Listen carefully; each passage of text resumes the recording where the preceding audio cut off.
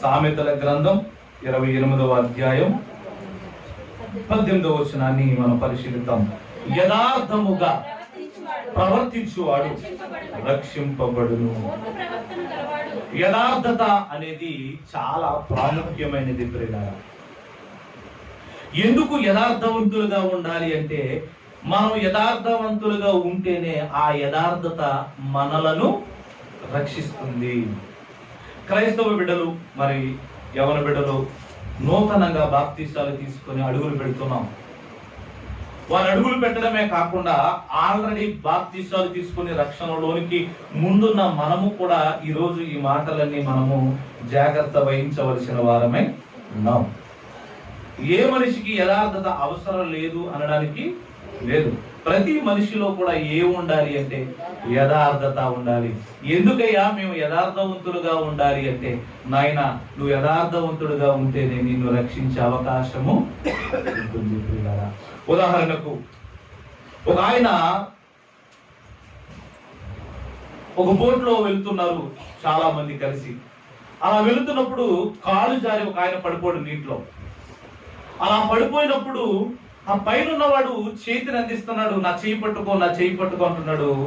క్రింద ఉన్నవాడు చేయి పట్టుకోవడానికి ప్రయత్నిస్తే పర్వాలేదు, ఒకవేళ ప్రయత్నించకుండా ఉండిపోయాడు అనుకోండి, ఏమైపోతాం? చనిపోతాం ప్రియులారా. ఎప్పుడైతే ఒక వ్యక్తి పైన ఉన్నవాడు అంటే రక్షణలో ఉన్నవాడు చెయ్యిని అందిస్తున్నప్పుడు, మునిగిపోతూ తేలుతూ ఉన్న ఆ జీవితంలో ఉన్నవాడు తన చేతులను రక్షణలో ఉన్నవాడికి అందిస్తే ఖచ్చితంగా నీ చేతిని పట్టుకొని అతడు పైకి లాగి నిన్ను రక్షించే అవకాశము ఉంది. ఆ ప్రవాహంలో కొట్టుకొని పోయే అవకాశము ఉండదు. దాన్ని పోగొట్టుకుని రక్షణలోనికి మనము వెళ్ళవలసిన వారిని వెళ్ళేవారిగా ఉంటాం ప్రియులారా. ఇది మనకు అర్థమైతే దేవుడు అంటున్నాడు, యథార్థవంతులు ఏమై ఉన్నారట చూడండి ప్రియులారా. యథార్థముగా ప్రవర్తించేవాడు రక్షింపబడును. అంటే వాడలో ఉన్నాడు లేదా బోటులో ఉన్నాడు యథార్థవంతుడు. ఆ యథార్థవంతుడు రక్షింపబడతాడు, ఎప్పుడు సురక్షితముగా ఉంటాడు. వాడి జీవితం దేవునిలో కట్టబడి ఉంటుంది. అలాంటి రక్షింపబడిన వాడు చేయందిస్తున్నప్పుడు ఆ యథార్థత లేని వాడు ఏం చేయాలమ్మా? ఆ యథార్థవంతుడికి చేతులిచ్చి ఇతడు కూడా అలాంటి రక్షణ పొందేవాడిగా ఉండాలి. అట్టి రీతిగా మనం వెళ్తున్నప్పుడు దేవుడు ఎంతో సంతోషిస్తాడు. అందుకనే దేవుడు అంటున్నాడు, అమ్మ మనమందరం ఎలా ఉండాలంటే యథార్థవంతుడు. కానీ యథార్థవంతులుగా ఉండాలని దేవుడు కోరుకుంటున్నాడు. చాలా మంది ఎలా ఉన్నారట? మూర్ఖ ప్రవర్తన గలవాడు హఠాత్తుగా పడిపోవును. చాలా మంది పడిపోతూ ఉంటారు. దేవునిలో స్థిరులుగా ఉండలేరు, దేవునిలో ఖచ్చితంగా ఉండలేరు. ఎందుకు వారు ఉండలేకపోతున్నారంటే వారికి మూర్ఖపు ప్రవర్తన అనేది అలవాటైందట ప్రియులారా. మూర్ఖపు ప్రవర్తన. దేవుడు ఏం చేయలే అనుకుంటారట. అంటే సముద్రంలో పడిన వాడికి అసలు ఒడ్డు కనబడతారా? అలాంటి తరుణంలో దేవుడు కాపాడుతున్నప్పుడు ఆ యొక్క అవకాశాన్ని పొందుకున్న వాడే ఉండాలి. కానీ చేతులు అందిస్తున్న వాడు చేతిని గంటేసి నాకేం పర్వాలేదు అన్నాడంటే ఏంటి అర్థం? వాడిది మూర్ఖ ప్రవర్తన. ఆ మూర్ఖ ప్రవర్తన ఏం చేస్తుందట? హఠాత్తుగా ఏం చేస్తుందట? పడిపోవును అన్నాడు. అంటే అది బ్రతుకు ఏమైపోతుంది అంటే దేవునికి ఉపయోగపడకుండా, నీకును ఉపయోగపడకుండా సర్వనాశనములోనికి వెళ్ళిపోతుంది.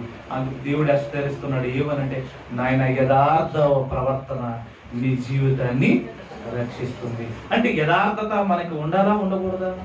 ఉండాలి. ఈరోజు బాప్తిస్మం తీసుకున్నారు పిల్లలు, మీలో ఏం కావాలి దేవుడికి? యథార్థత. అంటే నీ దగ్గర నీ మాటలు, ఇంకొకరి దగ్గర ఇంకో మాటలు మాట్లాడకుండా అవసరమైంది దేవుని మాటలు మాట్లాడడానికి ప్రయత్నించండి. ఎవరి గురించి మాట్లాడకండి, కేవలం దేవుడి గురించి మాట్లాడండి. ఇదిగో ఈ మాట ఇలా ఉంది కనుక దీన్ని ఎలా అర్థం చేసుకోవాలి అని మీరు ప్రయత్నాలు చేయండి ప్రియులారా. అప్పుడు మీకు యథార్థత అనేది దేవుడు మీకు అనుగ్రహిస్తూ ఉంటాడు. మీ జీవితంలో వెలుగును ఆయన అనుగ్రహిస్తాడు. అట్టి రీతిగా వాళ్ళకి చెబుతూనే మనం కూడా వినవలసిన విషయం ఏంటంటే, మీరు చాలా సార్లు పడిపోయి ఉంటారు. మనం చాలా సార్లు దెబ్బతిని ఉంటాం. దేని వలన? మూర్ఖపు ప్రవర్తన వలన. మనకైతే మూర్ఖపు ప్రవర్తన వద్దంటున్నాడు. కొత్తగా జన్మించిన బిడ్డలకు అమ్మ మీరు స్వచ్ఛంగా ఉన్నారు కాబట్టి, మీరందరూ దేవునిలో నూతనంగా బ్రతికారు కాబట్టి మీకు యథార్థత అనేది అవసరం ప్రియులారా. ఆ యథార్థత మిమ్మలను చూస్తున్నప్పుడు మేమును నేర్చుకుని మారు మనసు పొందేటట్టుగా మీ ప్రవర్తన ఉండాలి. ఇది దేవునికి అనుకూలమైనది. దయచేసి ఒకవేళ మనం మూర్ఖమైన ప్రవర్తన కలిగి ఉంటే హఠాత్తుగా పడిపోతాం ప్రియులారా. కాబట్టి పడిపోయిన వాడిని కాపాడవలసింది ఎవరు? దేవుడే కాపాడాలి. దేవుడే పడిపోతాం నాయన అని చెప్తున్నాడు. మనం ఎలా ఉండాలి? ఎలా ఉండాలి? అప్పుడప్పుడు తల్లిదండ్రులు పిల్లలకు చెప్తూ ఉంటారు, నీళ్ళన్నీ గొచ్చి మీద ఉన్నాయనుకోండి, అరే జారిపోతావు అని చెప్తావు. ఎందుకు చెప్తావు? జారిపోయిన తర్వాత ప్రమాదం ఏ స్థాయికి వెళ్తుందో ఎవరికి తెలియదు. అందుకనే జాగ్రత్త చెప్తాం ప్రియమైన వాళ్ళారా. దేవుడు అంటున్నాడు, హఠాత్తుగా పడిపోయే గుణాలు మీలో ఉండరాదు. మరో మాట చూద్దాం ప్రియులారా. సామెతలు 11వ అధ్యాయం 3వ వచనం.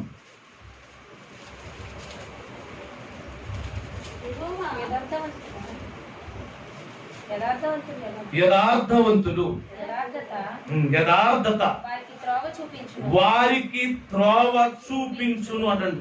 యథార్థవంతుల యథార్థత, యథార్థవంతులు వాళ్ళకి కనుపరిచే యథార్థత ఏదైతే ఉన్నదో అదే త్రోవ చూపిస్తుందట. యథార్థమైన త్రోవ అని చెప్పచ్చు. మనం యథార్థవంతంగా ఉంటే, మన హృదయము చాలా పరిశుభ్రతగా ఉంటే లేదా పరిశుద్ధముగా ఉంటే, మనలో మలినము లేనప్పుడు మనకి మన మనసులో యథార్థత అనేది ఏర్పడుతూ ఉంటుంది. ఈ యథార్థత ఏం చేస్తుందట? యథార్థవంతుల యథార్థత ఇదిగో గుడ్డి వారికి, చీకట్లో ఉన్న వారికి, పాపాత్ములకు కూడా త్రోవ చూపిస్తుంది. ఆ యథార్థవంతుల యథార్థత అతడికి మాత్రమే కాకుండా అతడు నడుచుకుంటున్నప్పుడు లోకం అంతా చూస్తూ ఉంటుంది. ఏంటి, ఇతడు మార్పు చెందాడు, ఇతడు దేవుడిలోనికి వెళ్ళిన తర్వాత చెడు గుణాలన్నీ మానేశాడు, ఇతని మాటలలో ఒక విభిన్నమైన శైలి ఏర్పడింది, నడవడికలో శైలి ఏర్పడింది, వాడు తినే తిండిలోను, వాడు కూర్చునే రీతిలోను అన్నీ మారాడు. అంటే ఇతడు ఎలా మారాడు అనడానికి యథార్థత తనని యథార్థతలోనికి తీసుకెళ్తుంది. చుట్టుపక్కల వాళ్ళకు కూడా ఒక వెలుగును ప్రకాశింపజేసి నేను ఇట్టి రీతిగానే వెళ్ళాలనే ఆలోచన కలిగిస్తుంది ప్రియులారా. మరో మాట చూద్దాం. అది అధ్యాయం 5వ వచనం చూడండి ప్రియులారా. యథార్థవంతుల నీతి వారి మార్గమును సరళము చేయును. మన మార్గం బాగోలేదని మీరు అనుకోకండి. మీ మార్గం ఎప్పుడు బాగుంటుంది? మీ మార్గం ముళ్ళ పొదలు కాకుండా ఎప్పుడు ఉంటుంది? రాతి నేల కాకుండా ఎప్పుడు ఉంటుంది? అంటే నీలో ఏముండాలని చెప్తున్నాడు? యథార్థవంతుడు. చెప్పమ్మా. యథార్థవంతుల నీతి వారి మార్గమును సరళము చేయును. అంటే పాప సంబంధమైనవేవి మన దారిలో ఉండవు. పాపం చేయడానికి అనువుగా ఉన్నవన్నీ మన దారిలో ఉండవు. మన దారి ఏమైపోయింది? దేవునికి దూరంగా చేసే ప్రతి నీచమైనది కూడా పక్కకు వెళ్ళిపోతుంది. మన త్రోవ ఎలా ఉంటుందంటే ఇగో మెత్తని పరుపుల మీద అడుగులు వేసుకున్నట్టుగా ఉంటుంది ప్రియులారా. నెమ్మది కలిగి జీవితం చక్కగా దేవునిలోనికి కొనసాగుతుంది. ఎందుకు? యథార్థవంతులట నీతిని జరిగిస్తారట. ఆ నీతి వారి మార్గాన్ని సరళము చేస్తదట. అందులోనే మరో మాట చూద్దాం ప్రియమైన వారులారా. 6వ వచనం. యథార్థవంతుల నీతి వారిని కాపాడుతుంది, ప్రమాదాలలో నుండి కాపాడుతుంది, దుష్ట సంబంధమైన వాటి నుండి రక్షిస్తుంది. ప్రమాదాలు అనగా మనుషుల వల్ల జరిగే ప్రమాదాలైనను, సాతానుల వల్ల జరిగే ప్రమాదాలైనను అందులో నుండి విమోచిస్తుంది. అంటే నిన్ను కాపాడుతుంది ఎల్లవేళలా. మనల్ని కాపాడేది ఏంటి? చెప్పండి పిల్లరా. మనం ఏమనుకుంటామంటే నీళ్లు కాపాడుతున్నాయండి, ఆహారం కాపాడుతుందండి, మంచి నివాసం కాపాడుతుందండి, ఏమండి మంచి వస్త్రాలు కాపాడుతున్నాయండి అని మనం కొద్దిపాటిగా మాట్లాడుతూ ఉంటాం. కానీ దేవుడు అంటున్నాడు, నాయన ఇవి ఏదో సామాన్యంగా కాపాడేటువంటివి కానీ నీ బ్రతుకును కాపాడేది మాత్రం అది కాదు. నీ బ్రతుకును కాపాడేది మాత్రం ఇవి కావు. మన బ్రతుకును కాపాడేవేంటి? నీతి కాపాడుతుంది. మరో మాట చూద్దాం, సామెతల గ్రంథం 10వ అధ్యాయం 9వ వచనం. యథార్థముగా ప్రవర్తించువాడు నిర్భయముగా ఉంటాడట. నిర్భయం అంటే భయము లేని జీవితం. మన జీవితాలు చూడండి ప్రియమైన, అడుగడుగులో భయమే. ఒక పక్షిట 2 కాళ్ళు ఆకాశం పైకి పెడతా ఉంటారు. మీ అందరికీ తెలుసు, కీతిక పక్షి అంటారు. ఆ పక్షి ఎలా పడుకుంటారో తెలుసా? 2 కాళ్ళు ఆకాశం వైపుకు పెట్టి ఎల్లకేతల నిద్రపోతా ఉంటుందట. ఎందుకమ్మా అలా ఉన్నామంటే ఆకాశం పడిపోతుందని భయపడ్డ. ఏ రోజైనా ఆకాశాన్ని ఎత్తిందండి? ఏ రోజైనా ఆకాశాన్ని ఎత్తిందని? ఆకాశం ఎక్కడ ఉందో దీనికి తెలీదు, కానీ తనకున్న భయం చూడండి. మనం కూడా అట్టి రీతిగా ఉంటాం ప్రియులారా. ఏ బరువులు ఎత్తాం, అయినప్పటికీ భయం. కానీ యథార్థవంతులంటే ఆ భయం ఉండదట. మనం ఎందుకండి భయపడాలి? మనం ఎందుకు భయపడాలి? ఎలాంటి సమయాల్లో కూడా భయపడ్డావు యథార్థవంతుడు? నీ భక్తి నీకు ధైర్యము చూపించదా? అంటే మన భక్తి ఎప్పుడైతే పెరుగుతుందో అప్పుడు ధైర్యం వస్తుంది. అప్పుడు మనకు అర్థమవుతుంది ఏ పాపము కూడా యథార్థవంతులు చేయలేరండి. ఎందుకు చేయలేరు? వాడిలో యథార్థత ఉంది. ఆ యథార్థత పాపము జోలికి వెళ్ళనివ్వదు. అలాంటి వాటిని ఆలోచింపు చేయనివ్వదు. అలాంటి దగ్గరికి దరి చేరదు ప్రియులారా. అందువలన అంటున్నాడు యథార్థత గురించి మంచి మాట. నిజంగా 10వ అధ్యాయం 9వ వచనం, యథార్థముగా ప్రవర్తించేవాడు నిర్భయముగా ప్రవర్తించును. ఎవరికి భయపడవు. నా దేవుడు నన్ను చూస్తున్నాడు, నేను ఎవరికి భయపడాలి? యథార్థవంతుడు. మరో మాట చూద్దాం, అది 11వ అధ్యాయం 20వ వచనం, సామెతల గ్రంథం. మూర్ఖమైన చిత్తములు కలిగిన వాళ్ళు యెహోవాకు ఏహము అంటే అశయము అని చెప్పొచ్చు ప్రియులారా. యథార్థముగా ప్రవర్తించు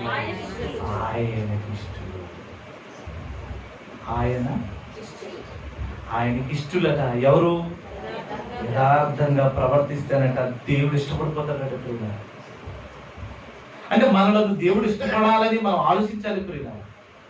ఏంటంటే మనం ఎలాంటి వాళ్ళం అంటే, నన్ను ఫలానా వాళ్ళు ఇష్టపడుతున్నారని మనం ఇక్కడ రెడీ అవుతూ ఉంటాం. అంటే ఎదుటి వారి ఇష్టాన్ని పొందడానికి మనం సిద్ధపాటు అవుతూ ఉంటాం. చూడండి ప్రియులారా, అవునా? సిద్ధపాటు అవుతామా? ఇదిగో మనం పెళ్లికి వెళ్తున్నాం అనుకోండి, పెళ్లికి ఎలా సిద్ధపాటు వెళ్తాం? అక్కడ ఉన్న వాళ్ళు చాలా మంది వస్తూ ఉంటారు, వాళ్ళందరినీ మెప్పించే రీతిగా బట్టలు వేసుకుంటాం, అవునా? అంటే వారందరూ మనల్ని ఇష్టపడేటట్టుగా మన కట్టు బొట్టు అన్నీ ఉంటాయి ప్రియమైన వాళ్ళరా. చక్కగా రెడీ అవుతారు.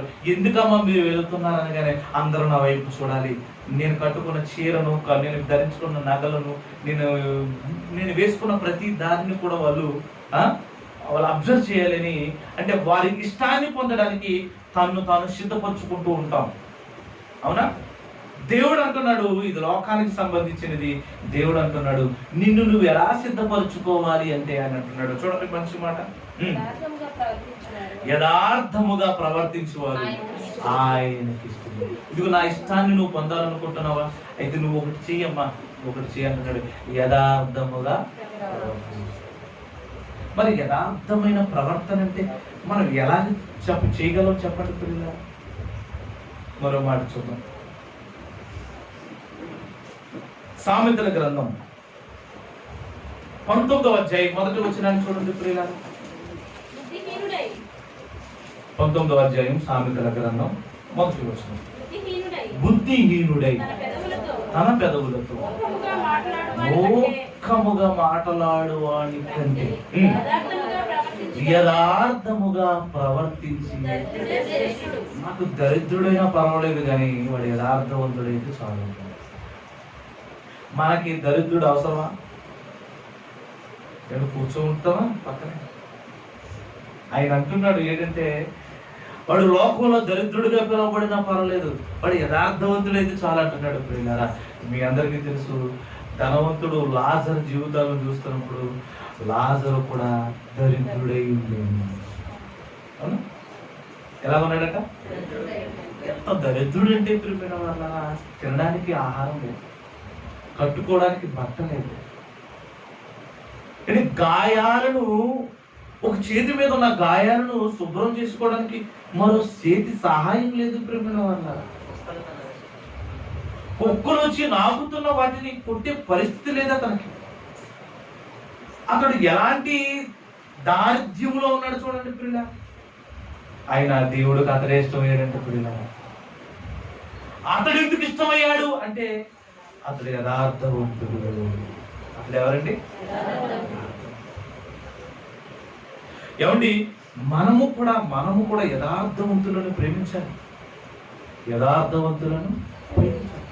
యథార్థవంతులను ప్రేమిస్తామా? పరేషాన్ ఆడతామా? అంటే ఈడు నీతిమంతుడేనా అంటాం ప్రియుల. ఈమె నీతిమంతురాలే, నీ గత చరిత్ర నాకు తెలీదా? ఎవరికైనా గత చరిత్ర ఉంటుంది, కానీ క్రీస్తులోనికి వచ్చిన తర్వాత చరిత్రలు మారిపోతాయి ప్రియుల వాళ్ళ. ఆయన చరిత్ర సృష్టించాడు. ఆయనలోనికి వెళుతున్న ప్రతి వారి యొక్క గతములో ఉన్న చరిత్ర అంతా మారిపోతుంది. నూతనమైన ఉన్నతమైన ఆ క్రీస్తు చరిత్రలోనికి వస్తూ ఉంటారు ప్రేమైన వాళ్ళరా. వారి చరిత్ర నాకు తెలియదు అనకండి ప్రియులారా. అందరికీ చరిత్రలు ఉన్నాయి, అందరికీ చరిత్రలు ఉన్నాయి ప్రియులారా. అది కాదు చెబుతుంటే ఇక్కడ, ఇదిగో పాతది గతించును, క్రొత్తది నూతనమైన జీవితంలోనికి మనము అడుగు పెట్టవలసిన వారమే. అందుకని అంటున్నాడు, యథార్థవంతులైన ఆ దరిద్రతలోని ఉన్నప్పటికీ వారంటేనే నాకు ఇష్టం. ఒకవేళ నీకులాగా బ్రతకకపోవచ్చు, లేదా మనకులాగా వాళ్ళు బ్రతకకపోవచ్చు, అయినా వారంటేనే నాకు ఇష్టం. గత కాలంలో ప్రేమిన వాళ్ళరా, ఒక హైందవ సహోదరుడు ఒక క్రైస్తవ ఒక ముసలావిడి దగ్గరికి వెళ్ళి డబ్బులను ఆశ చూపించి తనకి ఒక 50 నుండి లేదా ఒక 150 రూపాయలు ఇచ్చిన తర్వాత ఆ డబ్బులు ఇచ్చి వాళ్ళ దైవానికి సంబంధించిన పేరును ఉచ్చరించమన్నాడు. అతడు ఐదవ సహోదరుడు. అతని నమ్మకాన్ని డబ్బులు ఇచ్చిన తర్వాత, అమ్మ ఈ నామాన్ని నువ్వు ఉచ్చరించనగానే ఆమె చెబుతుంది, ఈ నామాన్ని నేను ఉచ్చరించాను. ఎందుకమ్మా నువ్వు పలకవు అంటే, నేను పలకకూడదండి, నేను పలకకూడదు, నా ప్రభు చెప్పింది నేను. ఇప్పుడు చెప్పండి ప్రియులరా, ఇప్పుడు ఆమె ఏ దశలో ఉంది? ఏ దశలో ఉందమ్మా? ఆమె ఒక కుష్ఠరోగి, అందులో భిక్షాటనం ఎత్తుకుంటున్న ఒక స్త్రీ ప్రేమైన వాళ్ళరా, ఒక ముసల వ్యక్తి. ఆమె ఒక రైల్వే స్టేషన్ లో తన భిక్షాటనం ఎత్తుకుంటూ ప్రభువుని సేవించుకుంటుంది. కొంతమంది వచ్చారు తన భక్తిని పాడు చేయాలనే ఉద్దేశంతో ఇదిగో డబ్బులను ఆశ చూపించి, అమ్మ ఈ పేరు చదువు, ఈ పేరు చెప్పు అన్నప్పుడు ఆమె చెప్పలేదు ప్రేమైన వాళ్ళ, మేము అనకూడదు, అలాంటివి మేము పలకకూడదని ఆమె చక్కగా సమాధానం ఇచ్చింది. ఆ చక్కటి సమాధానం చూసి ఆ హైందవ సహోదరుడు ఆశ్చర్యపోయాడు. చూడండి ఎంత భక్తి ఉందో ఈమెలో. ఈమె డబ్బులు ఇచ్చిన, ఆశ చూపించిన ఆమె తన నోటి ద్వారా ఒక వేరే మతానికి సంబంధించిన మాట పలకలేదు అని అతడు ఆశ్చర్యపోయాడు. ప్రేమైన వాళ్ళ, ఇప్పుడు చెప్పండి, చాలా మంది సూటు బూట్లు వేసుకొని ఉన్నాం కదా, మన భక్తి ఆమెతో సరిపోతుందా? చెప్పండి, మన భక్తి ఆమెతో సరిపోతుందా? ఆయన అందుకే అంటున్నాడు, యథార్థవంతులు, యథార్థముగా ప్రవర్తించు దరిద్రుడు శ్రేష్ఠుడు. ఆ తర్వాత సూటు బూటు వేసుకున్న వాళ్ళందరూ ఆమె దగ్గరికి వెళ్ళారు. ఎందుకు వెళ్ళారు? ఆమె ద్వారా వేల పేరు సంపాదించుకుందామని. మన వాళ్ళు ఎలాంటి వాళ్ళు అనుకుంటున్నారు? కొంతమంది ఉన్నారు, ఎంతసేపు యూట్యూబ్ లో ఉందాం, ఎంతసేపు ఫేస్బుక్ లో ఉందాం, ఎంతసేపు ట్విట్టర్ లో ఉందామని ఆలోచిస్తున్నారు తప్ప, అయ్యో మన దేవుల్లో ఉండాలి. ఇలాంటి కాలంలో కూడా ఒక వ్యక్తి ద్వారా మనకి దేవుడు జ్ఞానాన్ని తెలుపుతున్నప్పుడు మనం ఎట్టి రీతి ఉండాలి అన్నది మర్చిపోతున్నాం ప్రేమైన వాళ్ళారా. ఆ తర్వాత కొంతకాలం ఆమెను సందర్శించారు, ఏదో కాస్త కూస్తో సహాయాలు చేశారు, ఆ తర్వాత ఆమెను మర్చిపోయారు. యేసుక్రీస్తు మర్చిపోలేదు, కానీ ఆయనను వెంబడిస్తున్న చాలా మంది మర్చిపోతూ ఉన్నారు ప్రియమైన వాళ్ళారా. ఏదో అప్పుడు పేరు సంపాదించింది గనక ఆ పేరుతో వీళ్ళు వాళ్ళ పేరు సంపాదించుకోవాలని ప్రయత్నించే వాళ్ళుగా కనబడ్డారే తప్ప ఆ తర్వాత కాలంలో వారికి సహాయం చేసింది లేదు, ఆమెను గనపరిచింది లేదు, ఆమెను తీసుకొచ్చింది కూడా లేదు. అలాంటి వ్యక్తుల గురించి సంఘములో మనం ధైర్యంగా చెప్పుకుంటున్నాం ప్రేమైన వాళ్ళరా.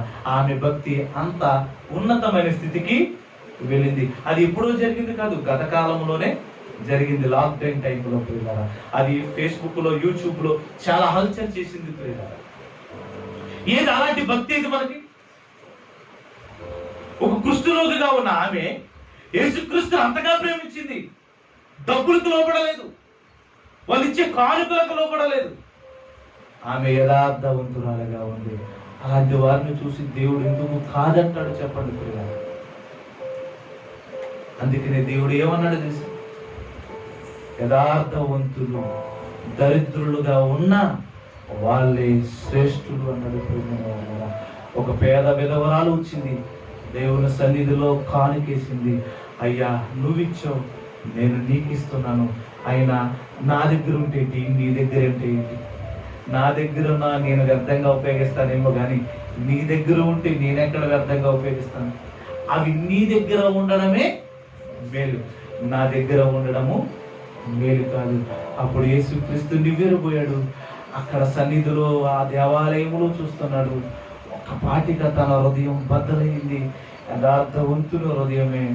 ఒకసారి ఆమె వైపుకు అందరినీ చూపించాలని ఇష్టపడ్డాడు. అక్కడ మాట్లాడుతున్నాడు. ఆ కానుక పెట్టులో కానుకలు వేస్తున్న వారందరినీ అతడు మాట్లాడుతూ అంటున్న మాట ఏంటో తెలుసా? ఇదిగో మీ అందరికన్నా నన్ను బాగా విస్తారముగా ప్రేమించినది ఎవరు తెలుసా? ఇదిగో మీకు కలిగిన దానిలో మీరు కొంతేశారు. కానీ ఆ పేద విధవరాలను చూడండి, ఆమె జీవితాన్ని చూడండి, ఆమె నాకు లోబడింది. మీరెవరికి లోబడ్డారు చెప్పండి అంటున్నారు. తన జీవనం అంతా ఎవరికి ఇచ్చింది? యథార్థత ప్రియమైన వాళ్ళ యథార్థ జీవితం. మన మాటలు చెప్పుకునే వారిగా కాక, వినేవారిగా కాక ఉండిపోకూడదు ప్రియులా. మనం ప్రవర్తించే వారిగా ఉండాలి. అంటే ఆవిడికి ఏముంది చెప్పండి? ఆమె విధవరాలు అన్నాడు ప్రియమైన వాళ్ళ. విధవరాలు అంటే భర్త, అండదండలు లేవు ప్రియమైన వాళ్ళ. మరలా అంటున్నాడు ఆమె పేద విధవరాలు అంటున్నాడు. అందులో పేదరకం లోనికి వెళ్ళిన ఆమె ప్రియమైన వాళ్ళ. అంటే పేదవాడికి స్నేహితులు ఉంటారా? ఉంటారా? ఉండదు ప్రియమైన వాళ్ళ. పేదవాడికి స్నేహితులు దూరం అవుతారట, బైబిల్లో రాయబడ్డది. కానీ ఎవరు దూరం అయితే ఏముంది? నాకు మాత్రం దేవుడు దగ్గరగా ఉన్నాడు. ఎందుకు ఆమెకు దగ్గరగా ఉన్నాడంటే ఆమెలో ఏ హృదయం ఉంది? యథార్థమైన హృదయం. పేద విధవరాలు ఏమండి దేవుడికి తన జీవనాన్ని అంతా సమర్పించింది. ఆమె గొప్ప ఖ్యాతి పొందింది ఆ రోజు ప్రేమైన వాళ్ళరా. ఇప్పుడు ఒక పేద విధవరాలు ఉంది, భిక్షాటనం ఎత్తుకుంటుంది. దేవుడికి ఇదిగో మా దేవుడి పేరు చెప్పు అంటే నేను చెప్పనయ్యా, ఇదిగో మీరు నాకు కానుకిచ్చారని మీరు అనుకుంటున్నారు కానీ ఇది మాకు దేవుడు దయచేశాడు అని ఆమె అనుకుంటుంది ప్రేమ. అందుకని ఈ మాట మరొకసారి చదవండి ప్రియులారా. 19వ అధ్యాయం భక్తిహీనులే. గట్టిగా చదవండి, ఒక్కరు చదవండి ప్రియులారా. భక్తిహీనుడై తన పెదవులతో మూర్ఖముగా మాట్లాడేవాడి కంటే యథార్థముగా ప్రవర్తించుచు దరిద్రుడే శ్రేష్ఠుడు. ఎందుకు దరిద్రులు శ్రేష్ఠులు అవుతున్నారంటే వారిలో ఉన్నది యథార్థత. నిజంగానండి పేదవాళ్ళు సంతోషించవలసినది ఏంటో తెలుసా? పేదవాళ్ళకట దేవుని ఆశీర్వాదం ఉందట. పేదవాళ్ళకి ఏముందట? దేవుని ఆశీర్వాదం ఉందట. దేవుడు ఆశీర్వాదం అనగా ఏమనుకుంటున్నారంటే దేవుడు ఎప్పుడు పేదవాళ్ళకి దగ్గరగా ఉంటాడండి. ఆయన ఎంత దగ్గరగా ఉంటాడనడానికి పేదవాడుకున్న ఆరోగ్యము ధనవంతుడికి ఉంటుంది. పేదవాడు రాళ్ళన్నా ఏమైపోతాయట? కరిగిపోతాయట. యంత్రాలు అలా పనిచేస్తాయి అన్నమాట పేదవాడికి. అదే ధనవంతుడికి అమ్మో ప్రతిది కూడా లిమిట్ ఫుడ్ అయినా గ్యారంటీ లేదు వాడికి. కానీ పేదవాడు చక్కగా భోజనం చేస్తాడు, అరిగిపోతే ప్రశాంతంగా పడుకుంటాడు. దేవా ఇది నీ చిత్తం అనుకుంటాడు, క్షేమంగా ఉంటాడు. ఒకవేళ మనం పేదవాళ్ళుగా పుట్టామంటే అది మన అదృష్టం, అది మన అదృష్టం, దేవుడు ఇచ్చిన అదృష్టం.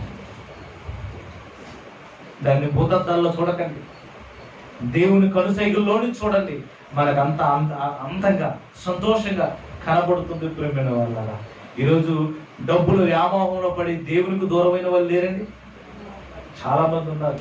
ఎందుకు? సంపాదన, బిజినెస్, వ్యాపారం, పోకడులు,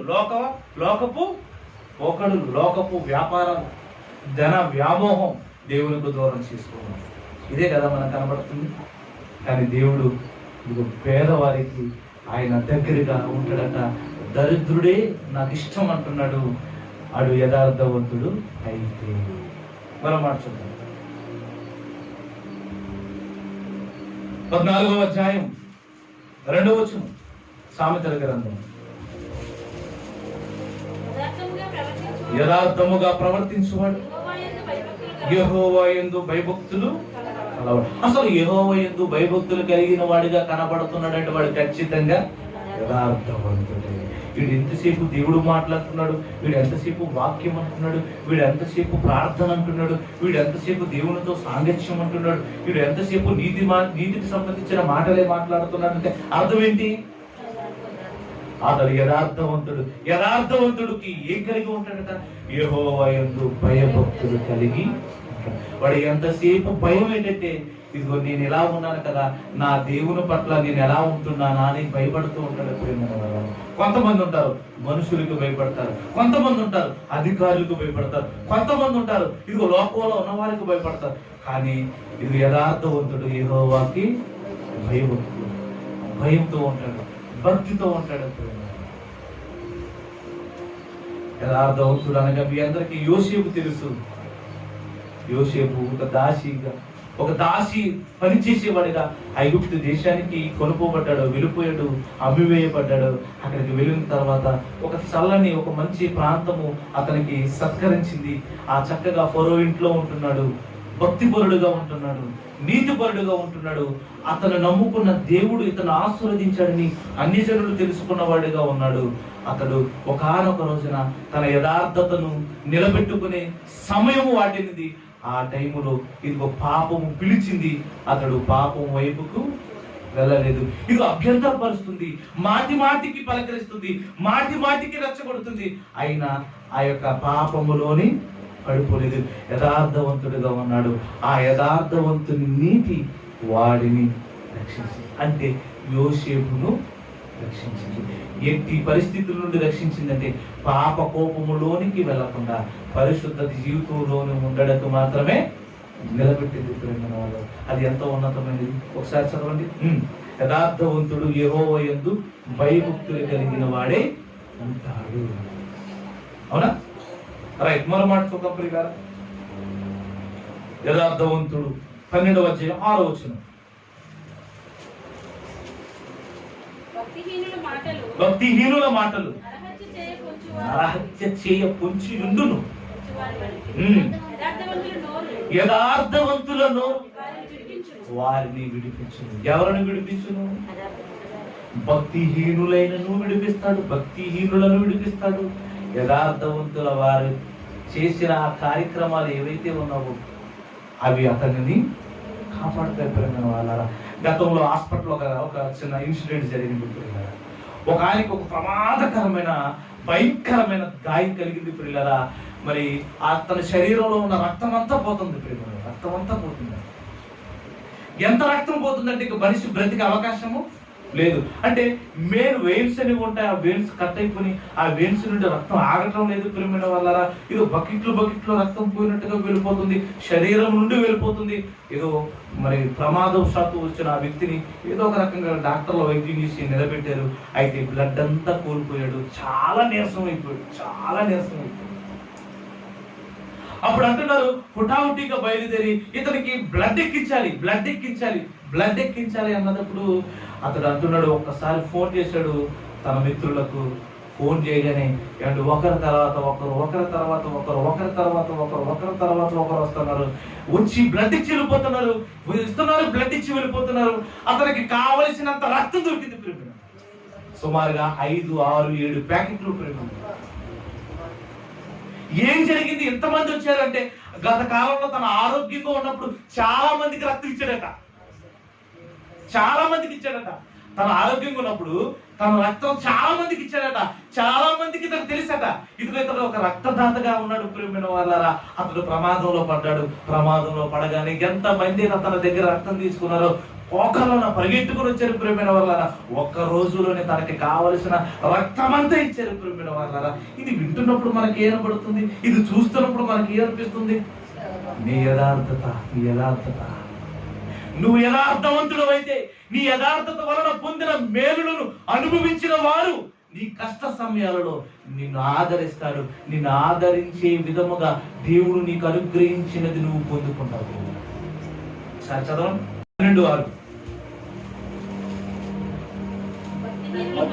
మాటలు నరహత్య చేయు కొంచెం వారి వంటివి. ఓకే, యథార్థవంతుల నోరు వారిని విడిపించును. ఎలాంటి సమయాలలో విడిపించును? ఇదిగో కష్ట సమయాలలోనికి వెళ్ళిపోతున్నప్పుడు, ఇక నేను బ్రతకను అనే పరిస్థితులు ఏర్పడుతున్నప్పుడు, ఇదిగో నువ్వు చేసిన యథార్థత ఏదైతే ఉన్నదో ఆ యథార్థత వల్ల కలిగిన ఆ నీతి కార్యములు ఏవైతే ఉన్నావో అవి మరలా నీ జీవితంలో ఫలిస్తాయి, నిన్ను బ్రతికింప చేస్తాయి ప్రియమైన వాళ్ళారా. యథార్థవంతుల నీతి, చదవండి ప్రియులారా, యథార్థవంతుల నోరు వారిని విడిపించును. ఇదిగో ఇక్కడ మనం మొట్టమొదటిగా మనం చదువుకున్న 28:18లో యథార్థముగా ప్రవర్తించేవాడు రక్షింపబడును. చూడండి ప్రియులారా, ఈ రక్షణ భాగ్యము మనకు దూరంగా ఉందా? నిజంగా నేను చూసి ఆశ్చర్యపోయిన ప్రియమైన వాళ్ళు, అది నా కళ్ళ ముందే జరుగుతుంది. ఇంతమంది ఎలా వచ్చేసారు? గతంలో అతడు అందరికి ప్రాణాన్ని దానం చేశాడు. అంటే రక్తము అనగా మన ప్రాణమే కదా ప్రియులారా. మన ప్రాణము మరో మనిషికి ప్రాణాన్ని పోస్తున్నప్పుడు, అలాంటిది మనం చేస్తున్నప్పుడు చాలా ఆనందపడాలి ప్రియమైన వాళ్ళారా. అప్పుడప్పుడు మా మధుబాబుని చూసి నేను ఆనందపడుతూ ఉంటాను. ఎందుకంటే ప్రియులారా, ఎవరికైనా అవసరమైతే చాలా మందికి రక్తాన్ని ఇస్తారు, చాలా మందికి ఇచ్చారు. ఈ కళ్ళ ముందుకు వస్తున్నప్పుడు మాకు అర్థం అవుతూ ఉండాలి, ఇదిగో మనం ఇస్తున్నప్పుడు దేవుడు మరలా జ్ఞాపకం చేసుకొని మరలా మన ప్రాణాన్ని కాపాడడానికి తీసుకొస్తున్నాడంటే. అందుకే నేను దయచేసి మేలు చేయండి, ఎవరికైనా మేలు చేయండి, అది మరలా తిరిగి వస్తుంది. ఆ మేలే మనలను ఇది యథార్థంగా ఉండండి. ఆ యథార్థత మనలను కాపాడుతుంది ప్రియమైన వాళ్ళారా. ఎంతో మందిని కాపాడింది, మనలను కాపాడుతుంది. ఆ యథార్థమైన హృదయాన్ని సంపాదించుకుందాం ప్రియమైన వాళ్ళారా. మనకు ఉండవలసింది యథార్థమైన హృదయం. ఏంటండి ఆశ్చర్యం చెప్పండి ప్రియులారా.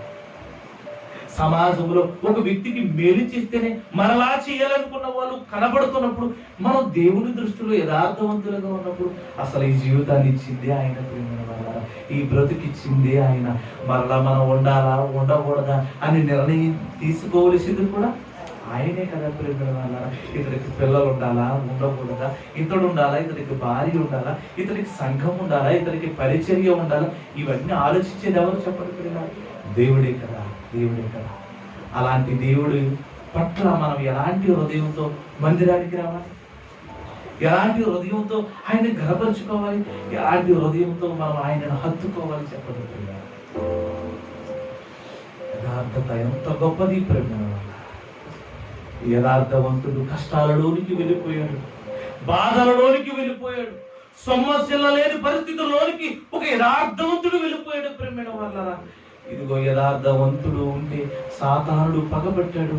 ఆ యథార్థవంతుడును ఎక్కడికి తీసుకువెళ్ళిపోయాడంటే బైబిల్ గ్రంథంలోనికి మనం వెళితే ప్రియమైన వాళ్ళారా, ఇదిగో ప్రాణాలతో కొట్టుమిట్టులు ఆడుతున్న పరిస్థితుల్లోనికి తీసుకువెళ్ళిపోయిన అతడు ఎలాంటి వాడే ఉన్నాడన్నది యోబు గ్రంథాన్ని చూద్దాం ప్రియమైన వాళ్ళారా.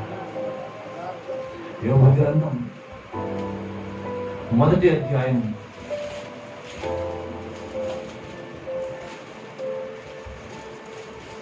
50 యథార్థవంతుడు క్షేమంగా ఉంటాడన్న మాత్రం మనకు తెలుసు కానీ యథార్థవంతుడికి కష్ట సమయాలు ఏర్పడతాయి అన్నటకు ఇది ఒక ప్రత్యక్షమైన సాక్ష్యం.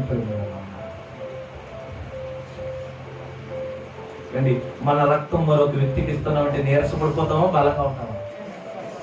మన సొమ్ము ఒకరికి ఆదరిస్తుందంటే, మన దగ్గర పోతుందంటే మనకి కొంచెం పోతున్నప్పుడు బాధ ఉంటుందిగా. యథార్థవంతుడికి తన జీవితంలో ఎలాంటి భయంకరమైన పరిస్థితులు ఏర్పడ్డాయని బైబిల్ గ్రంథంలో దేవుడు మనలను బలపరచడానికి, మీరు యథార్థవంతులుగా మారుతున్నప్పుడు మీకు కష్టాలు వస్తాయి, మీకు శ్రమలు వస్తాయి, అయినా భయపడకండి. భయపడని భక్తులు నా పిల్లలు ఉన్నారు. ఒకసారి వాళ్ళ గురించి తెలుసుకుందామని మనల్ని తీసుకువెళ్తున్నాడు. యోబు గ్రంథం 1వ అధ్యాయం 1వ వచనం. ఊజు దేశం యోబు అనే ఒక మనుషుడు, అతడు యథార్థవంతుడు.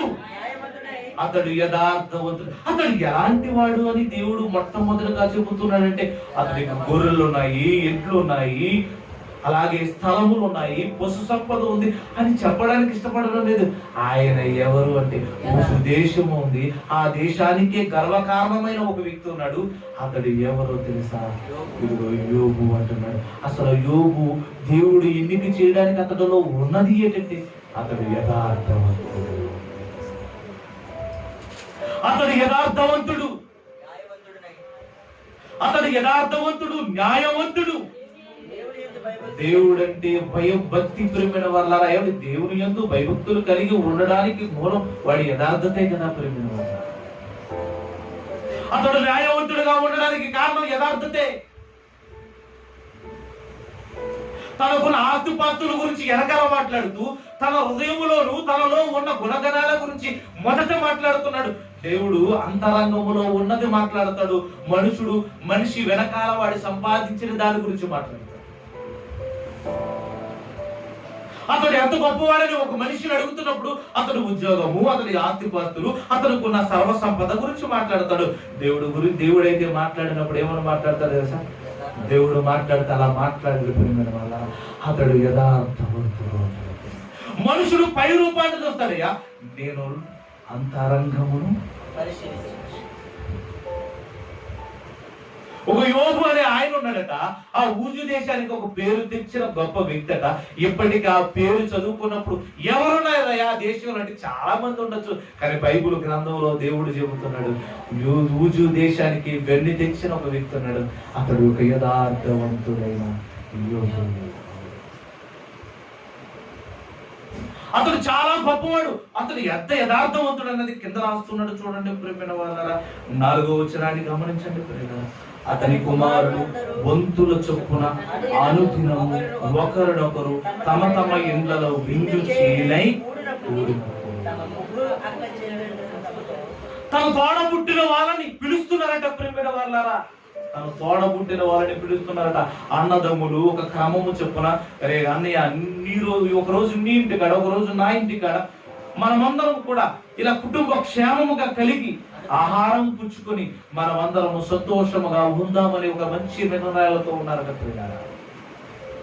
ఇలాంటి నిర్ణయాలలో నా తోడబుట్టిన వాళ్ళు మాకు దూరంగా ఉండవలసిన అవసరం ఉంది. అమ్మ, చెల్లి, సహోదరి, నువ్వు అక్కవైనా చెల్లివైనా నీవును మా ఇంటికి వచ్చి మేము జరిగిస్తున్న ఈ విందులోనికి రా. ఈ విందులోనికి నీవు నీ బిడ్డలతో నీ భర్తతో కలిసి ఆనందపడదాం అని ఎంతో ఆనందంగా ఉన్నారు ప్రియమైన వాళ్ళారా. అలాంటి కుటుంబానికి యజమాని ఎవరు? యోబు యథార్థవంతుడు కనుక పిల్లలు కూడా ఒక మంచి గుణగణములు కలిగిన వాళ్ళుగా ఉన్నారు. చూడండి ప్రియుల, యోబు మరింత గొప్పవాడు ప్రియమైన వాళ్ళారా. చూడండి అతని గురించి ఏమైనా రాయబడిందో. 5వ వచనం. వారి వారి విందు దినములు పూర్తి కాగా యోబు తమ విందు దినాలు పూర్తి అయిపోతున్నప్పుడు యోబు గారికి ఒక మంచి లక్షణం ఉంది ప్రియమైన వాళ్ళారా. దాని గురించి రాస్తున్నాడు. చూడండి ప్రియులారా, తన కుమారుడు పాపము చేసి తమ హృదయములో దేవుణ్ణి దూషించే అని వారిని పిలవనంపించి వారిని పవిత్రపరిచి. ఏమిటి? హృదయములో ఒకవేళ పాపపు ఆలోచనలు వచ్చాయి ఏమనుకుంటుందంటే, నోటి మాట ద్వారా పాపము చేసే పరిస్థితి అయితే యోబు కుమారుడికి లేదు. ఎందుకంటే యోబు ప్రవర్తన ఎలాంటిదో పిల్లల ప్రవర్తన కూడా అట్టి రీతిగానే ఉంది ప్రియమైన వాళ్ళారా. అతడు యథార్థవంతుడు. ఒక యథార్థవంతుడికి కుమారుడుగా కుమార్తెగా పుట్టావంటే అది ఎంత గొప్పతనం చెప్పండి ప్రియులారా, అది ఎంత గొప్పతనం. అతడు ఏం చేస్తున్నాడట, ఒకవేళ ద్రాక్ష రసము తాగుతున్నారు, విందు అనగానే ఆహారం ఉంటుంది, రొట్టె ఉంటుంది, మాంసం ఉంటుంది. వారి యొక్క పరిసర ప్రాంతాలను బట్టి వారు ఎక్కువగా ద్రాక్ష తోటలని వేసేటివారు కాబట్టి చాలా ద్రాక్ష తోటలు వాళ్ళకు ఉన్నాయి కాబట్టి ఆ ద్రాక్ష స్వచ్ఛమైన ద్రాక్షారసము తెచ్చుకొని వారి విందులలో సేకరిస్తున్న ఆ పరిస్థితులు ఉన్నప్పుడు వారు ఒకవేళ ఆ ద్రాక్షారసము అతిగా తాగితే, ఎక్కువగా తాగితే మత్తు అనేది ఏర్పడుతుంది. ఆ మత్తులో ఏమైనా ఒకవేళ పొరపాటు మాటలు తమ హృదయంలోనికి ఏమైనా వచ్చాయేమో అనుకొని యోబు జాగ్రత్త పడుతున్నాడు. ఎందుకంటే ఇతడు యెహోవా యందు భయభక్తులు కలిగిన వాడు. పిల్లల పట్ల ఆ హృదయంలో కలిగిన ఆ మలినము కూడా ఉండకూడదు. అది యోబుకి తెలియదు కాబట్టి ఒకవేళ వచ్చే అవకాశం ఉంటుందేమో అని జాగ్రత్త పడుతున్నాడు. అంటే ప్రతి తల్లిదండ్రులు ఎలాగో ఉండాలి అంటే యోబుని ప్రత్యక్ష సాక్ష్యం ప్రేమైన వాళ్ళ పిల్లలను ఎలా ప్రేమించాలి అంటే వాళ్ళలోనికి మలినము రాకుండా చూసుకోవాలి. ఇది పవిత్రపరిచి చూడండి ప్రియులారా, పవిత్రపరచి అరుణోదయమున లేచి వారిలో ఒక్కొక్కరి నిమిత్తము దహన బలులను నర్పించుచు వచ్చెను. యోబు నిత్యము అలాగు చేయుచుండెను. దేవుడు అంటే అపారమైన భయం అండి ప్రేమ వల్ల. ఎందుకంటే యోబు గురించి అందుకనే మాట్లాడుతున్నాడు. అసలు యోబు ఎలాంటి వాడంటే అతడు యథార్థవంతుడు అంటే మన గురించి చెప్తాడు ఆ మాట. నాకు ఆ ఊర్లో ఎంత ఉందండి అంత ఉందండి అని నాకు చెప్పుకోతాం పిల్లరా. నాకు ఎంత ఉందో తెలుసా, దేవుడు అడుగుతున్నాడు, నీకు యథార్థత ఉందా? అయిపోయాం, మనం దొరికిపోయాం. మనకి లేనిది కానీ యోబులో ఉన్నది ఏంటో తెలుసా, యథార్థత. తన పిల్లలకి ఏమిచ్చాడు ఆస్తికర్తగా? అయితే దుష్టుడు కన్ను పడింది ప్రియమైన వాళ్ళారా. యోబును చూస్తున్నప్పుడు మండిపోతున్నాడు. ఇతడు ఉంటే సమాజానికి కీడనుకున్నాడు. ఏ రకంగా ఇతన్ని పాడు చేయాలనుకున్నాడు. ఇదిగో ఒకరోజు యోబు మీద సాతానుడు పన్నాగాలు పని ఏం చేశాడు అన్నది బైబిల్ గ్రంథంలో ఉంది. చూడండి ప్రియులారా, 13వ వచనం. ఒక దినమున యోబు కుమారులు కుమార్తెలను తమ అన్న ఇంట భోజనము చేయించు ద్రాక్షారసము పానము చేయించు. దినము జరుగుతున్న ఈ పరిచర్య, ఈ విధానం ఏదైతే ఉన్నదో, ఆ విందు కార్యక్రమాలు ఏవైతే ఉన్నదో, మరలా ఒక ఇందులోనికి వెళ్ళారు, ఇందులోనికి పాల్గొన్నారు. వారందరూ ఎక్కడున్నారని రాయబడింది. నేను చెప్పిన వాళ్ళారా, అన్న ఇంట భోజనము చేయించు, ద్రాక్షారసము పానము చేయించుండగా ఇందు కార్యములు ఉండగా ఒకడు వచ్చి అంటున్నాడు. ఇదిగో చూడండి, నేను ఎద్దులు నాగలి దున్నుచు గాడిదలు వాటి సమీపమున మేయుచుండగా సేబాయీయులు వాటి మీద పడి వాటిని పట్టుకొని పోయి ఖడ్గముతో పనివారిని హతము చేసి జరిగినది నీకు తెలియజేయడం నేను ఒక్కడిని వచ్చాను. యోబు నా యజమాని, ఏం జరిగిందో తెలుసా? ఇదిగో ఒక దుండగులు సమూహము ఇదిగో మన మందలు మేపుచున్న వారి మీద పడ్డారయ్యా. వారందరూ ఏం చేశారు తెలుసా? పనివారిని హతము చేశారు. వారి కాస్తున్న ఆ మందలను వాళ్ళు తోలుకొని ఇది తెలియజేయడానికి నేను వచ్చానయ్యా అని చెప్పాడు. ప్రేమిన వాళ్ళ గజ వణుకుతూ యోబుకు అర్థమవుతుంది ఏదో జరుగుతుంది అనుకునే లోపు మరొకడు వచ్చాడట. చూడండి, అతడు ఇంకాను మాట్లాడుచుండగా మరొకడు వచ్చి దేవుని అగ్ని ఆకాశం నుండి అకస్మాత్తుగా ఒక అగ్ని వచ్చింది. ఆ అగ్ని ఇదిగో పడింది. ఎక్కడ పడింది? గొర్రెలను పనివారిని మొత్తం అంతాన్ని రగులు పెట్టింది. అది తెలియజేయడానికి నేను ఒక్కడే వచ్చాను వాళ్ళరా. చూడండి, దెబ్బ మీద దెబ్బ తగులుతుంది వాళ్ళ. ఎవడో భుజాల మీద కొట్టే లోపు నెత్తి మీద కొట్టినట్ట. నెత్తి మీద బాగా గాయం అనే లోపు ఇదిగో ఎన్ను పట్టి మీద కొట్టాడట, ఇదిగో కాళ్ళ మీద కొట్టాడట అన్నట్టుగా లేదు ప్రియమైన వాళ్ళ. మరి అలా చూడండి అతడు ఇంకా మాట్లాడుతుండగా మరి ఒకడు వచ్చాడు. కల్దీయులు ఆ కల్దీయులు మూడు సమూహములుగా వచ్చి ఒంటెల మీద పడి వాటిని కొనిపోయి తనకున్న ఆస్తి పాస్తులు, తనకున్న ఆస్తి కర్తక ఉన్న ఆ పరిపాలన సంబంధమైన జరిగిస్తున్న వారందరి మీద పడ్డారట. అది ఒకరి తర్వాత ఒకరు వస్తున్నారట. చివరిగా మరొకరు వచ్చారు. చూడండి 18 రోజులు అతడు మాట్లాడుతుండగా మరొకడు వచ్చి నీ కుమార్తెలను తమ అన్నయ్యతో భోజనం చేయొచ్చు, ద్రాక్షారసము పానం చేయుచుండగా గొప్ప సుడిగాలి అరణ్య మార్గముగా ఆ ఇంటి 4 మూలల పట్టగా అది యవ్వనుల మీద పడినందున వారు చనిపోయి దాన్ని మీకు తెలియజేయడం నేను ఒక్కడే తప్పించుకున్నాను. నీ బిడ్డలు చనిపోయాయా? నీ కొడుకులు, నీ కూతుళ్ళు, వారి పిల్లలు చనిపోయారయ్యా. ఇది చెప్పడానికి వచ్చాను అనగానే యోబు ఆస్తి పోయింది, ఆస్తిని పరిపాలించే పరివారు చనిపోయారు, వారి పనివారు చనిపోయారు, వారు చనిపోయారు. ఇదిగో గొర్రెలు చనిపోయి, మేకలు చనిపోయి, పశువులు చనిపోయి, ఒంటెలు చనిపోయి, ఇదిగో ఆస్తికి ఆధారమైన ప్రతిదీ పోయింది. అవి పోతే పోని నా బిడ్డలు బ్రతికారు కదా అనుకుని లోపి ఇదిగో నీ కడుపును పుట్టిన బిడ్డలు వారందరూ. ఇది ఎంతటి ఘోరమైన పరిస్థితి. దుష్టుడు పన్నాగం పన్నాడు. అతడు యథార్థవంతుడుగా ఉండడం అతడికి ఇష్టం లేదు. కానీ యథార్థవంతుడుగా ఉండడం అనేది యోబుకి ఇష్టం ప్రేమైన వాళ్ళారా. అప్పుడు యోబు ఏం చేశాడో కింద రాశాడు చూడండి ప్రియులారా. అతడు యోబు లేచి తన పై వస్త్రము చిప్పుకొని, తన వెంట్రుకలు గొరిగించుకొని నేల మీద సాష్టాంగపడి దేవుడికి నమస్కారం చేస్తున్నాడు. ఇట్లా నేను నా తల్లి గర్భం ముందు ఎలా వచ్చానో నాకు జ్ఞాపకం ఉంది ప్రభువా. ఇదిగో నేను సిద్ధం. ఇక నేనే కదా ఉండిపోయాను. నేను సిద్ధం. యెహోవా ఇచ్చెను, నువ్వే కదా ఇచ్చావు ఈ జీవితాన్ని, నువ్వే కదా బిడ్డలను ఇచ్చావు, నువ్వే కదా ఆస్తిని ఇచ్చావు, నువ్వే కదా ఈ ఆస్తి కర్తకు సంబంధించిన ప్రతి పరివారాన్ని నాకు ఇచ్చావు, నువ్వే ఇచ్చావయ్యా, నువ్వే ఇచ్చావు. ఈరోజు నువ్వే తీసుకున్నావు. నేనెవరిని వద్దనడానికి? అతడు యథార్థవంతుడు ప్రేమ వాళ్ళ. మనం ఒకటి పోగొట్టుకున్నప్పుడు బాధపడుతూ ఉంటాం. కానీ యోబు ఏం బాధపడ్డాడు చెప్పండి. అయ్యా ఒకరోజు ఇచ్చింది నువ్వే, ఈరోజు నేను కూడా సిద్ధమే. నేను ఎలా సిద్ధపడ్డానంటే ఇదిగో తల్లి గర్భము నుండి నేను ఎలా వచ్చాను, నేను అట్టి రీతిగానే ఉన్నాను. నాయన నన్ను నమస్కరించి అన్నాడు. ఇంత కష్టం వస్తే ఇట్లాంటి మాటలు వస్తాయా మనకి? జీవితమే సర్వనాశనం అయిపోతున్న ఆ పరిస్థితుల్లో యోబు అన్న మాట తెలుసా? యెహోవా ఇచ్చెను. ఏం ధైర్యం ప్రియమైన వాళ్ళ. నా చింత యావత్తు ఆయన మీద మోపుతున్నాడు యోబు ప్రియమైన వాళ్ళ.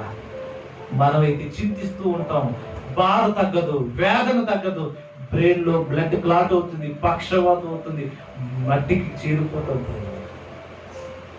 యోబు అంటున్నాడు, ప్రభువా నేను సిద్ధం. ఒకవేళ నేను నీకు అవసరమైతే ఇట్టి రీతిగా చనిపోవాలనుకుంటే నేను సిద్ధం. నా తల్లి గర్భంలో నుండి ఎలాగే కదా వచ్చాను, ఇదిగో నేను ఇట్టి రీతిగానే సిద్ధముగా ఉన్నానంటున్నాడు.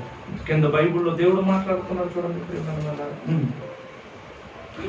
ఈ సంగతుల్లో ఏ విషయం యోబు ఏ పాపము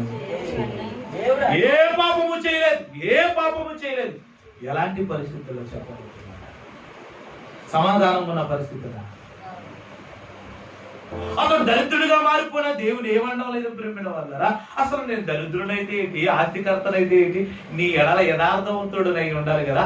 నేను దరిద్రుడుగా ఉన్నా నీవు నన్ను తీసుకుంటావన్న సంగతి యోబుకి తెలుసు.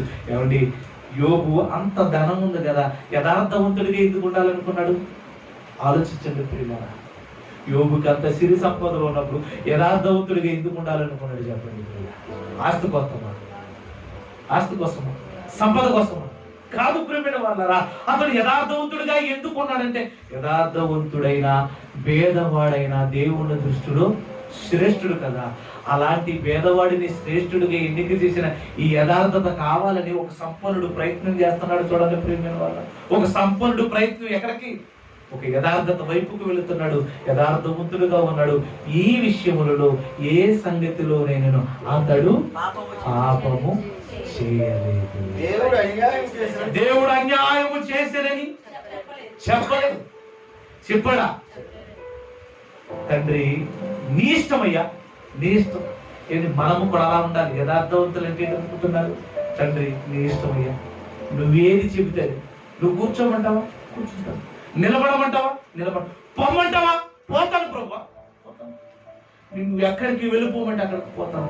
అబ్రహామును అంటున్నాడు, అబ్రహామా, అబ్రహాం నువ్వులే, నువ్వు నడవయ్యా, నీ తండ్రి ఇంటిని విడిచిపెట్టు, నీ అన్నదమ్ములను విడిచిపెట్టు, నువ్వు ఉన్న ఊరిని విడిచిపెట్టు, నేను చూపించు దేశానికి వెళ్ళవయ్యా. ఆ మాట వినగానే అతడు విలవిలబోయేడు. ప్రియమైన వాళ్ళారా, అదిగో నాతో మాట్లాడిన ఆ స్వరము నన్ను బలవంతము చేస్తున్నది, నా ఆత్మను ప్రేరేపిస్తున్నది. వెంటనే కానానుకు బయలుదేరాడు. ప్రియమైన ఆ ఊరు ఉందని తెలుసా? ఆ ప్రాంతం ఉందని తెలుసా? మనకులాగా వరల మ్యాప్ ఏమైనా ఉందా? దేవుడు ఈరోజు గూగుల్ మ్యాప్ ఉంది, మరి ఎక్కడికి వెళ్ళాలన్నా ఆయనకి ఏ మ్యాప్ ఉంది చెప్తుంది. దేవుడే మాటే మార్గం వెళ్ళిపోయాడు. అలాగే వెళ్ళిపోవాలి, మనము కూడా వెళ్ళిపోవాలి. ఏ మాట ఎందైనను అతడు పాపము. అది మాత్రమే అయింది అనుకుంటున్నామా? మరలా చూడండి ఏం జరుగుతుందో.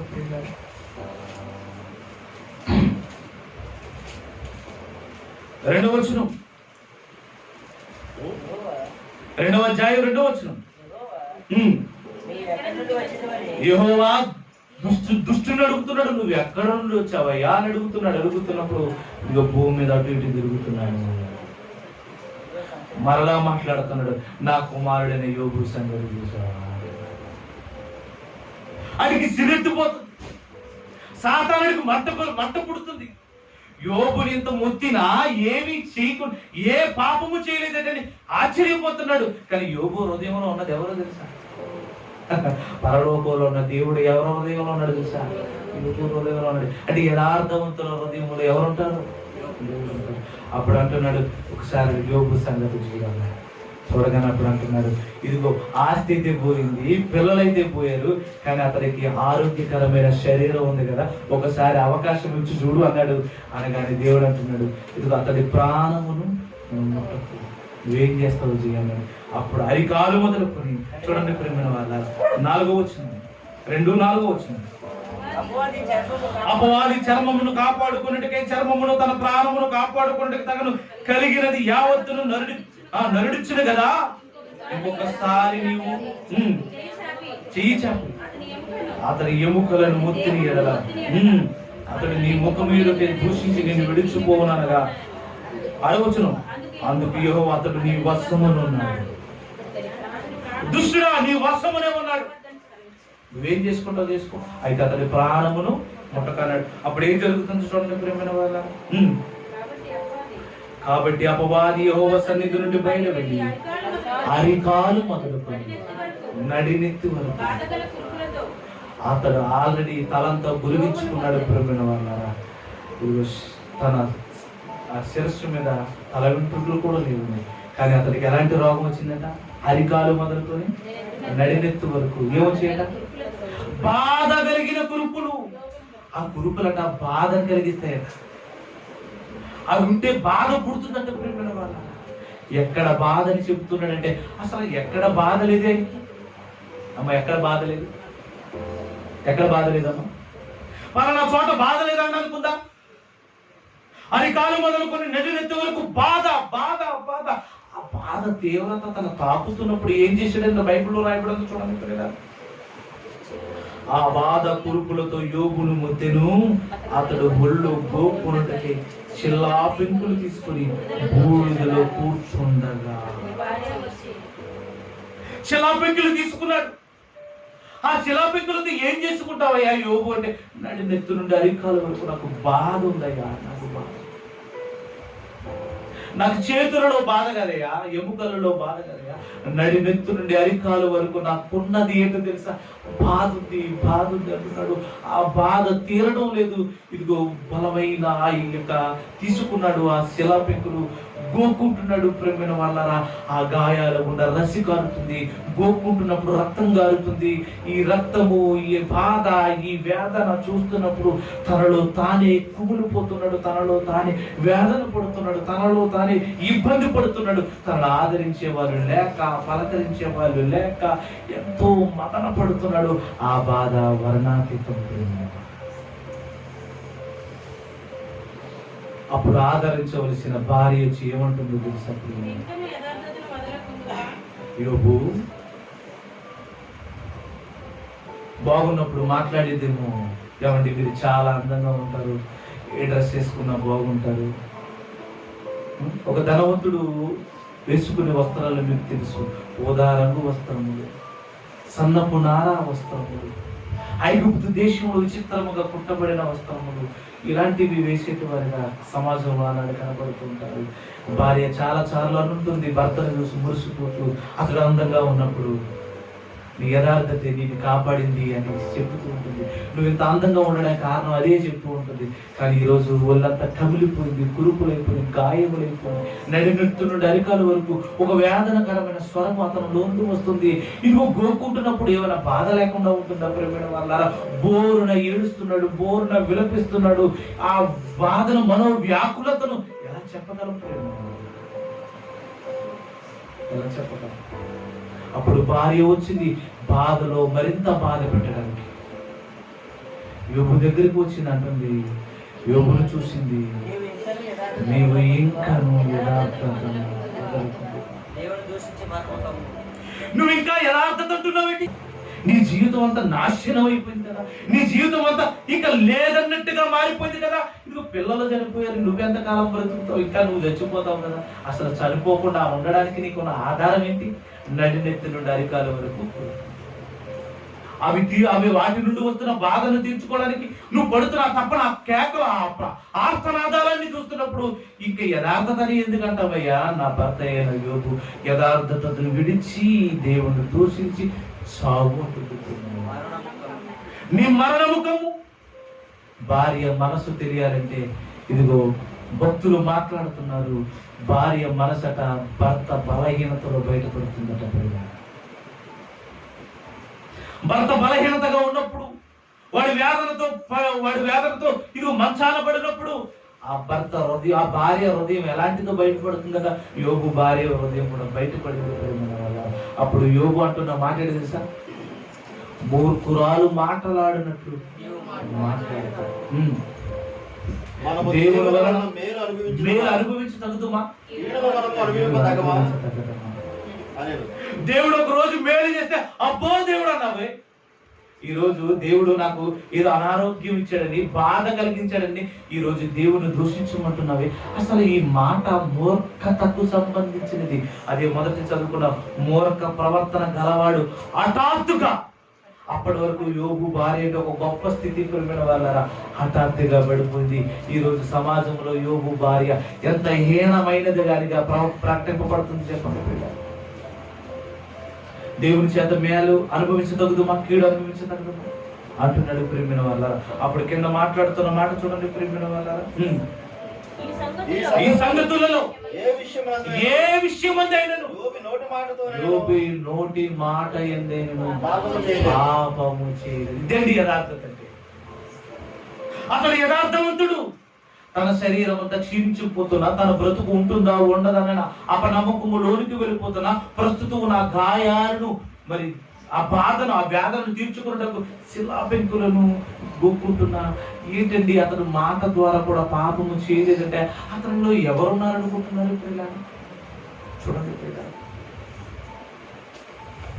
చూడండి ఒకసారి ఎబ్రిల్కి రాసిన పత్రిక, ఎబ్రిల్కి రాసిన పత్రిక 12వ అధ్యాయం 4వ వచనాన్ని చూడండి ప్రియులారా. చూడండి ప్రియులారా, మీరు పాపముతో పోరాడుటలో రక్తము కారునంతగా ఇక దానిని ఎదిరింపలేదు అంటున్నాడు. అంటే పాపాన్ని ఎలా ఎదిరించాలంటే నీ రక్తము ధారలై కారుతున్నా పాపము చేయకూడదు. యోగుడి జీవితాన్ని చూస్తున్నాడు, పాపం చేస్తున్నాడా? అంటే శిలా పెంకులతో గోక్కున్నప్పుడు ఏమొస్తుంది? శరీరం నుండి రక్తము కారుతున్న పాపం చేస్తున్నాడా? లేదు. ఏ రోజైనా రక్తము ధారలైపోయినట్టుగా దేవుడి కొరకు శ్రమ పడ్డాం? మనం ప్రార్థన చేశామా? వాక్యాన్ని ప్రకటించామా? మనలను మనం మార్చుకున్నామా? ఎదుటివాడి గురించి ప్రయత్నం చేస్తున్నామా? రక్తము కారునంతగా మీరు ఇంకను పాపమును ఎదిరించలేదు. యేసుక్రీస్తు ఎదిరించాడు. ప్రియమైన వాళ్ళారా, ఆయన రక్తపు దారలో శిలువ మీద కారుతున్నప్పుడు ఆయన ఎలా ఉన్నాడో తెలుసా ప్రియులారా? ఆయన అంటున్నాడు, ఇదిగో క్రిందున్న వారిని చూస్తూ అంటున్న మాట లోకా సువార్తలో రాశాడు. చూడండి ప్రియులారా, లోకా సువార్త 22వ అధ్యాయం, క్షమించండి 23వ అధ్యాయం 34వ వచనాన్ని చూడండి ప్రియులారా. యేసు, తండ్రి వీరేమి చేయుచున్నారో వీరెరుగరు కనుక వీరిని క్షమించండి. ఏ పరిస్థితుల్లో ఉంటూ మాట్లాడుతున్నాడు ఆయన శరీరము నిండా గాయములు, ఆ గాయాల గుండా రక్తము, ఆయన శిలువ మీద వేలాడుతూ ఆయన పడుతున్న వేదన, ఆయన కనుపరుస్తున్న ఆ మనోవేదన చూస్తున్నప్పుడు ప్రేమైన వల్ల అక్కడ కూడా ఏమంటున్నాడయ్యా అంటే, ఇదిగో క్రిందన్న వారిని చూసి, ఆయనను హింసించిన వారిని, హేళన చేసిన వారిని, అపహాస్యం చేసిన వారిని, పిడుగుద్దులు వారిని చూసి అంటున్నాడు, వీరేమి చేయుచున్నారు గనుక వీరి పాపములను. యోగులో ఉన్నది యేసుక్రీస్తు ప్రేమ. యేసుక్రీస్తున్నాడు ఆయనలో, మనలో ఉన్నాడు ఆ యేసుక్రీస్తు. ఆయన యథార్థవంతుడు, న్యాయవంతుడు యోగు.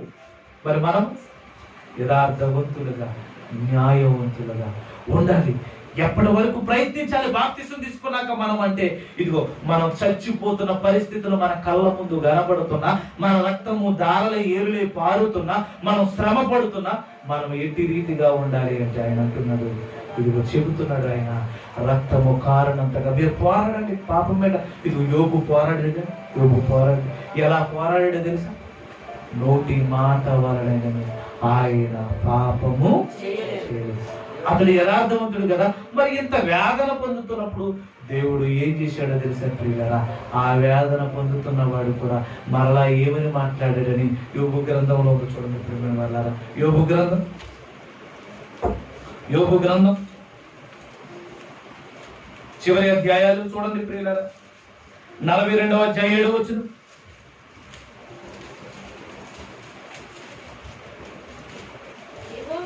యెహోవా యోబుతో ఆ మాటలు పలికిన తర్వాత ఆయన తేమానీయుడైన ఎలీఫజుతో ఇలాగు సెలవిచ్చాడు, ఆయన నా సేవకుడైన యోబు పలికినట్లు మీరు నన్ను గూర్చి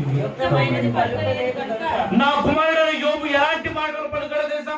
తన సంపద పోయినప్పుడు, తన బిడ్డలు పోయినప్పుడు, తనకు అనుకున్న వారందరూ పోయినప్పుడు, తన జీవితం అగమ్య గోచరం అయిపోతున్నప్పుడు యెహోవా ఇచ్చెను, యెహోవా తీసుకుని అన్నాడే తప్ప నా మీద నింద మోపలేదయ్యా. ఆ తర్వాత తన శరీరం అంతా క్షీణించిపోయి అది కాలు మొదలుకొని నడినెత్తి వరకు ఇదిగో గాయములు చేసిన, బాధలు కలిగించిన కురుపులు ఉన్నప్పుడు ఆ కురుపులను గోక్కోవడానికి శిలా పెంకులతో అతను వేదన పొందుతూ ఉన్నప్పుడు తన భార్య సూటి పోటు మాటల చేత అతను హింసించడానికి వస్తున్నప్పుడు అతడు ఏమన్నాడో తెలుసా? ఆయన వలన మేలు అనుభవించతగదుమా, కీడైతే అనుభవించతగదమా అని అన్నాడు. ఆయన నోటి మాటలలో పాపము అయినా నా మాటకు లోబడి పశ్చాత్తాపడుతున్నాడు. అలాంటి యోబు లాగా నువ్వు మాట్లాడలేవయ్యా. నా సేవకుడైన యోబు ఎలా మాట్లాడాడు? అతను యథార్థవంతుడు. అతని యథార్థత అతనిని రక్షించును. ఇదిగో రక్షణలోనికి వెళుతున్నాడు. చూడండి ప్రియులారా, చూడండి ప్రియులారా 11వ వచనం. అప్పుడు అతని సహోదరులందరూ, అతని అక్క చెల్లెలందరూ అంతకు ముందు 12వ వచనం చదవండి. యెహోవా యోబును మొదట ఆశీర్వదించిన దానికంటే మరి అధికముగా ఆశీర్వదించెను. అతనికి 14,000 గొర్రెలను 14,000 గొర్రెలను 6,000 ఒంటెలను 1000 జతల ఎడ్లను 1000 ఆడగాడిదలను కలిగెను. ప్రేమను వాళ్ళారా, గతములో అతడు పోగొట్టుకున్నది మరలా దేవుడు ఇచ్చాడు. ఎంతగా ఇచ్చాడు చూడండి ప్రియులారా. అందుకనే యథార్థతను మనం ఎప్పుడు విడిచిపెట్టాలి. యథార్థవంతులను ఎవరు రక్షిస్తారు? దేవుడు రక్షిస్తాడు. ఎందుకంటే యోబు కూడా ఒక పేదవాడు ఒక యథార్థవంతుడిగా ఉన్నప్పుడు నేనెందుకు ఉండకూడదు అనుకున్నట్టుగా కనపడుతున్నాడు. చూడండి ప్రియులారా. ఏమండి, దరిద్రుడనే ధనవంతుడి దగ్గర ఉన్న ఆ యొక్క గాజరైన ఆ దరిద్రుడు యోబు జీవితం దగ్గరగా ఉంటుంది. చూడండి, అతడు కూడా శరీరంలో కురుపులు, ఇతడికి కుక్కలు వచ్చి, ఇతడు భార్య వచ్చి చిల్ల పెంకులతో గోక్కుంటున్నాడు. అతడు యథార్థతను వదలలేదు, ఇతడును. చూడండి ప్రియులారా, ఇలాంటి జీవితం మనకు కావాలి. మనం పొందుకుందాం. ప్రభు మనకు అనుగ్రహిస్తాడు. ఆయన ఆశీర్వాదాలు పొందుతూ ముందుకు కొనసాగుతాం. ప్రార్థన చేసుకుందాం. ప్రేమ కలిగిన దేవ, ప్రేమ స్వరూపి, మీ కొందరు స్తోత్రములై మీ ప్రియ బిడ్డలందరూ ఎంతో చక్కగా మీ మాటలు విన్నారయ్యా. పేరు పొందిన బిడ్డలు కూడా విని ఉన్నారు. అందుకు మీ కృతజ్ఞత స్తుతులు స్తోత్రము. వాక్య సంబంధంగా మనం బ్రతికించమని యేసు నామమున ప్రార్థన చేసుకుంటున్నాం. పరలోకమందున